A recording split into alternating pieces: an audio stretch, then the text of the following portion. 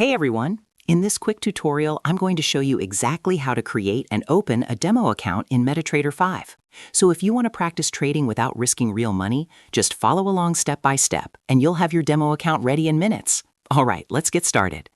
First, make sure your MetaTrader 5 app is updated to the latest version. This helps avoid any errors during the setup process. Now, open your MetaTrader 5 app on your phone. Once you're inside, tap on the three lines in the top left corner to open the menu. From there, select Manage Accounts.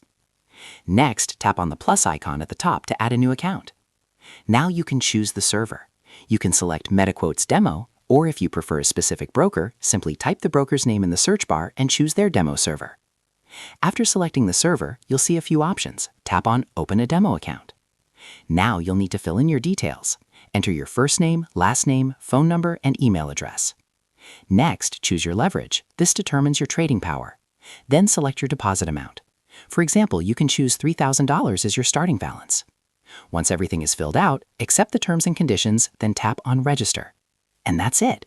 Your MetaTrader 5 demo account will be created successfully, and you can start practicing trading right away.